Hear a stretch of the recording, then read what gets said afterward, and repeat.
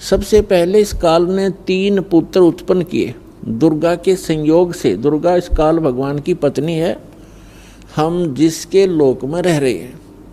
21 ब्रह्मांड का ये प्रभु है, स्वामी है, ये इतना गॉड और रब है।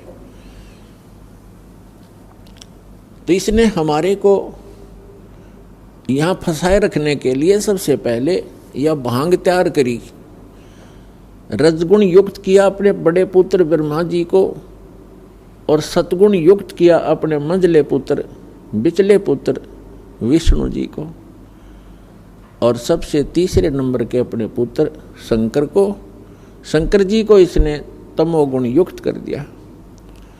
अब ना इन ब्रह्मा विष्णु महेश के बस की बात है। जैसे मिर्च है, अब मिर्च बना दी, अब मिर्च का क्या दोष है, उसमें वो गुण ही ऐसा है। तो मिर्च के बस की बात नहीं कि उस मिर्च अपने गुण को स्वयं समाप्त कर सके। इसी प्रकार ये तीनों देवता भले ही अपने लोकों में रहते हैं, ऊपर के ऊपर अपनी इनकी तीनों की अलग से राजधानियां हैं, वहां से बैठकर ये 3 लोक के प्राणियों को, पृथ्वी लोक, ऊपर स्वर्ग लोक और नीचे पाताल लोक के, इन तीनों लोकों के प्राणियों को ये प्रभावित कर रहे हैं। ये इनके इंचार्ज बना रखे हैं। ये 3 मंत्री समझो, एक एक विभाग के, रजोगुण विभाग के ब्रह्मा जी, सतोगुण विभाग के विष्णु जी और तमोगुण विभाग के ये शंकर जी। अब जैसे रसोई के अंदर मिर्चों का छोंक लगाया जाता है,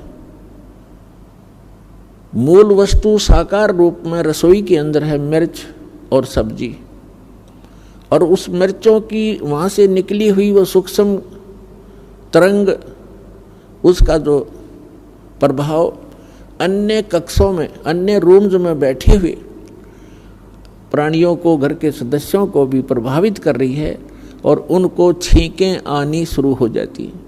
तो उन व्यक्तियों की बस की बात नहीं कि वे छींकों को रोक सकें। तो पुण्यात्माओं, आप और हमको, इंक्लूडिंग ब्रह्मा विष्णु महेश जी को, इस काल भगवान ने हमारे को विवश करके यहाँ रखा हुआ है। ये ब्रह्मा विष्णु महेश जी के शरीरों से वो किरण निकलती हैं, वो तरंगें निकलती हैं, और हम 3 लोक के प्राणियों को वो छींकें आ रही हैं। कौन कौन सी छींकें हैं? काम, क्रोध, मोह, लोभ, अहंकार की। और इनको रोकना आपके बस की बात नहीं है। इसका विकल्प बताया परमात्मा ने, एक अल्टरनेट बताया है कि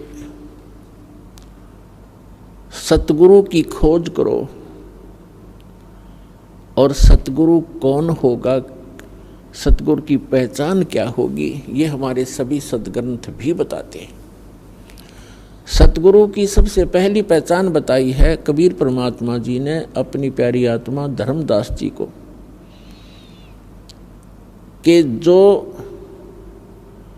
जो संत मम सत शब्द दृढ़ावे, वा के संग सब राड बढ़ावे। ऐसी संत महंतन की करनी और धर्मदास में तो से वर्णी। पहली पहचान बताई है कि जो मेरा प्यारा हंस, मेरा भेजा हुआ दास, जिसको मैं सतगुरु बनाकर भेजूंगा। सतगुरु का अर्थ होता है सच्चा ज्ञान प्रदान करने वाला, और सच्ची ही साधना उसके पास हो और वो अधिकारी हो उस नाम के दान करने का, सभी मर्यादाओं का वो पालन करता हो, जैसे सभी कंडीशन पूरी हो, तो वो सतगुरु होता है। और वो हम मेरे सच्चे ज्ञान का जो प्रचार करता है, जैसे कबीर पंथ तो अनगिन है, कबीर पंथ के अंदर गुरु अनगिन है और सभी प्रचार करते हैं, किसी का कोई विरोध विवाद नहीं है। हरिदास ने जिस दिन से सच्चा ज्ञान प्रारंभ किया है, उसी दिन से हर तरफ से विरोध प्रारंभ हो गया था। लेकिन परमात्मा साथ होता है तो विरोध लास्ट में व्यर्थ ही होता है उन लोगों का, और फिर उनको पछताने के अतिरिक्त कुछ भी हाथ नहीं लगता।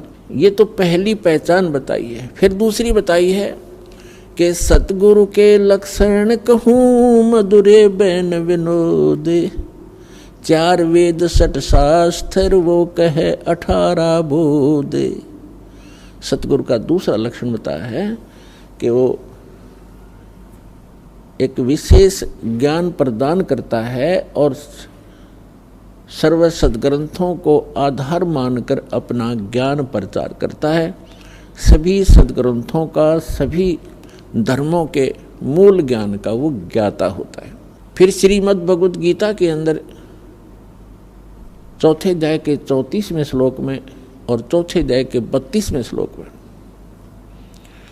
एक विशेष प्रमाण दिया है। गीता ज्ञानदाता ये ब्रह्म है। श्री ब्रह्मा, श्री विष्णु, श्री शिव जी के पूज्य पिताजी हैं ये, और इन तीनों की माता दुर्गा है। तो इसके लोक में हम रह रहे हैं, ये काल है। इसको श्राप लगा हुआ है 1 लाख मानव शरीरधारी प्राणियों के सूक्ष्म शरीर को। इसके 21वें ब्रह्मांड में एक तपतशिला है जो एक बहुत गुप्त स्थान है। इसके अतिरिक्त यहाँ का प्राणी वहाँ कोई नहीं पहुँच सकता। ऐसे गुप्त स्थान पर इसने ये अपना जो है एक भोजनालय बना रखा है।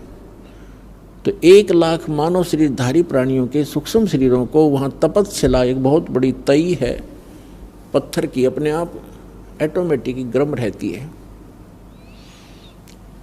और उसके ऊपर डाल दिए जाते हैं। उनके अंदर से निकाल कर वो सूक्ष्म गंध को जो प्रत्येक प्राणी सारे जीवन में आहार करता है। आप देखते हो यहाँ चलो रोटी, भोजन, काजू, किस्म, सेब, संतरे, हलवे, खीर भी आदमी खाओ, अच्छी बात है। इसके अतिरिक्त और बहुत गुना कबाड़ हमें खिलाता है ये। कोई सुल्फा पीता है, कोई भुक्की पीता है, कोई शराब पीता है, कोई तम्बाकू का आदि है, कोई पान खा रहा है, पेचर पेचर कर रहा है। ये कोई खाने की चीज़ें, मानो आहार है ये। तो ये क्यों करवाता है? इसलिए करवाता है यार, इनको इतने प्रबल होकर लग जाते हैं, कभी छूटती नहीं, छूटने ये मन नहीं देता।